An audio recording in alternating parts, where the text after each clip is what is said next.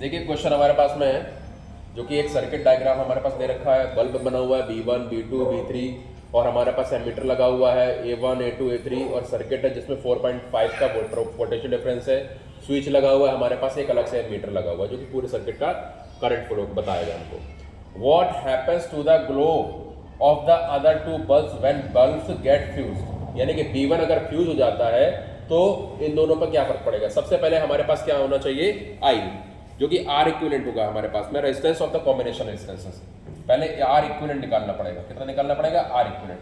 Are equivalent के लिए हम लोग क्या फाइंड आउट करेंगे, हमारे पास में जो 3R गिवन हमारे पास 1/R plus 1/R plus 1/R, जो कि हमारे पास कितना होता है, आर इक्विवेलेंट हमारे पास में एलसीएम लेंगे हमारे पास क्योंकि पैरेलल लगे हुए हैं हमारे पास में, तो ये R हो जाएगा 1 + 1 + 1 which is 3/R and R equivalent is equal to कितना हो जाएगा हमारे पास में, R/3।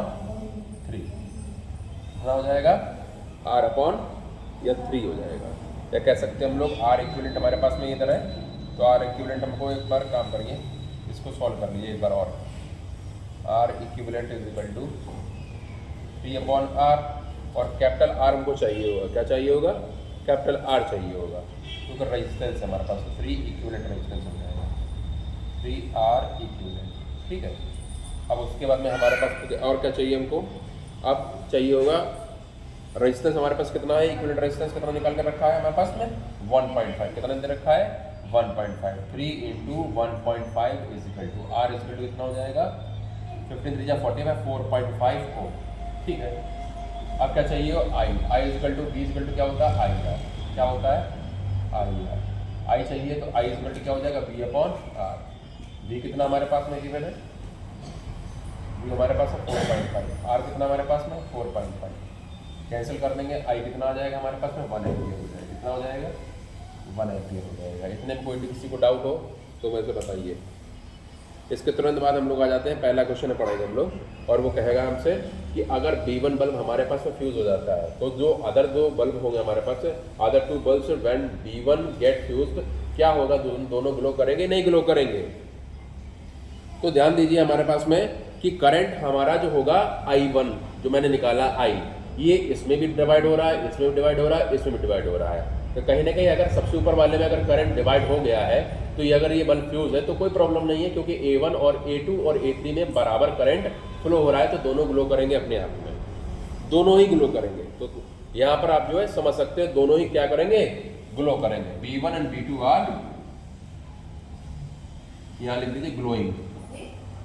ठीक है, उसके बाद में हमारे पास सेकंड क्वेश्चन आता है, what happens to the reading A1 A2 and A3 and A when the B2 get fuse. क्या होगा कि अगर B2 बल्ब हमारा फ्यूज हो जाए तो A1 A2 और A3 और A की रीडिंग्स में क्या फर्क पड़ेगा। तो when B2 bulb get fuse then the current in B2 becomes 0, तो क्योंकि B2 में हमारे पास क्या हो जाएगा, करंट 0 हो जाएगा, क्योंकि वहां तक पहुंच ही नहीं पाएगा। भाई यहाँ पर हमारे पास में करंट समय फ्लो हो रहा है, B2 फ्यूज है, तो जैसे करंट पहुंचेगा नहीं उसमें तो कोई फायदा नहीं उसका वहां पर से। और आगे इसके बाद देखेंगे हम लोग, and become 0 and the current in B1 B2 remains 1 ampere. B3 और B1 में हमारे पास में सेम करंट फ्लो करेगा और उसमें कोई भी बदलाव नहीं आएगा, तो एज इट इज वो कोई प्रॉब्लम नहीं होगी इसमें। करंट की रीडिंग A1 A3 और A बिल्कुल एक्यूरेट शो करेगा, उसमें कोई बदलाव नहीं, क्योंकि इसमें करंट शो ही नहीं हो रहा है, इसमें जा नहीं पा रहा है, तो ये 0 हो जाएगा। क्या हो जाएगा, 0 हो जाएगा। ठीक है, उसके बाद हम लोग आ जाएंगे थर्ड पॉइंट पर। थर्ड पॉइंट हमसे ये कह रहा है, how much power is dissipated in the circuit when all bulbs glow together. अगर तीनों बल्ब एक साथ जला दिए जाएंगे तो क्या पावर होगा उसका।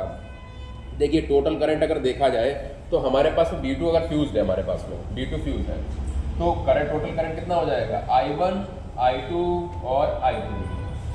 I इज इक्वल टू 1 है, इसमें 0 है, इसमें 1 है, तो टोटल करंट कितना हो जाएगा, 2 एम्पियर करंट फ्लो करेगा। टोटल में कितना करंट फ्लो करेगा, 2 एम्पियर करंट फ्लो करेगा। अब करंट A1 में देखा जाए हमारे पास में, ये जो I है हमारे पास में, ये एम्पियर क्या शो करेगा पूरे सर्किट का, और जो ये शो कर रहा है वो क्या शो कर रहा है, ये वाला।